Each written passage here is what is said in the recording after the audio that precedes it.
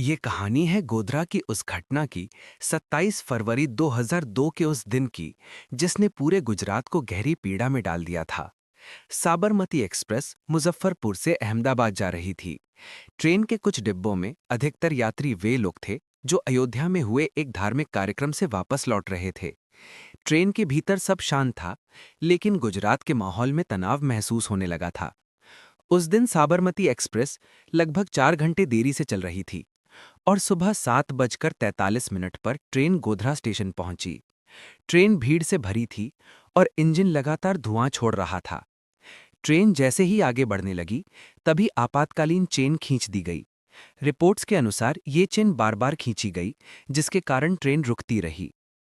धीरे धीरे स्टेशन पर लोगों की भीड़ बढ़ने लगी। कुछ समय बाद ट्रेन पर पत्थर फेंके जाने की घटनाएं सामने आईं। ट्रेन के S5 और S6 कोच, जिनमें ज्यादातर कार सेवक थे, सबसे अधिक प्रभावित हुए। इसके बाद जो हुआ वो बेहद दुखद था। एक ज्वलनशील पदार्थ डिब्बे के अंदर गया और थोड़ी ही देर में कोच में आग लग गई। लपटें तेज होती गईं और चीख पुकार की आवाजें हर तरफ गूंजने लगीं। कुछ ही मिनटों में कोच पूरी तरह जलने लगा। स्थानीय लोगों और प्रशासन ने घायलों व शवों को अस्पताल पहुंचाने की कोशिश की। टीवी चैनलों ने भी मौके से लाइव रिपोर्टिंग की, जिससे पूरे राज्य में बेचैनी और तनाव फैल गया। और फिर देखते ही देखते गुजरात के कई हिस्सों में हालात बिगड़ने लगे। इस घटना के बाद दंगे भड़के, जिसमें कई लोग प्रभावित हुए।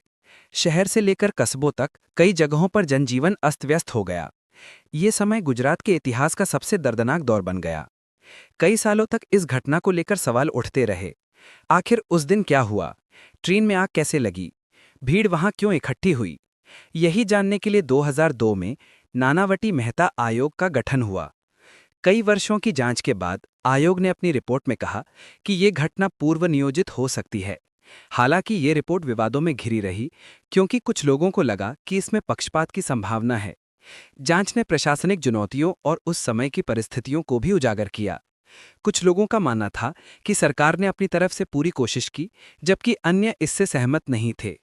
समय बीतता गया, पर सवालों का सिलसिला जारी रहा। 2011 में स्पेशल इन्वेस्टिगेशन टीम ने 31 लोगों को दोषी माना और सजा सुनाई। एसआईटी की रिपोर्ट ने कुछ विवरण साफ किए, लेकिन कई प्रश्न अब भी लोगों के मन में बने हुए हैं। आज भी गोधरा की घटना को याद करके मन भारी हो जाता है। ये हमें याद दिलाती है कि शांति, संवाद और सह अस्तित्व ही किसी भी समाज की सबसे बड़ी ताकत होते हैं।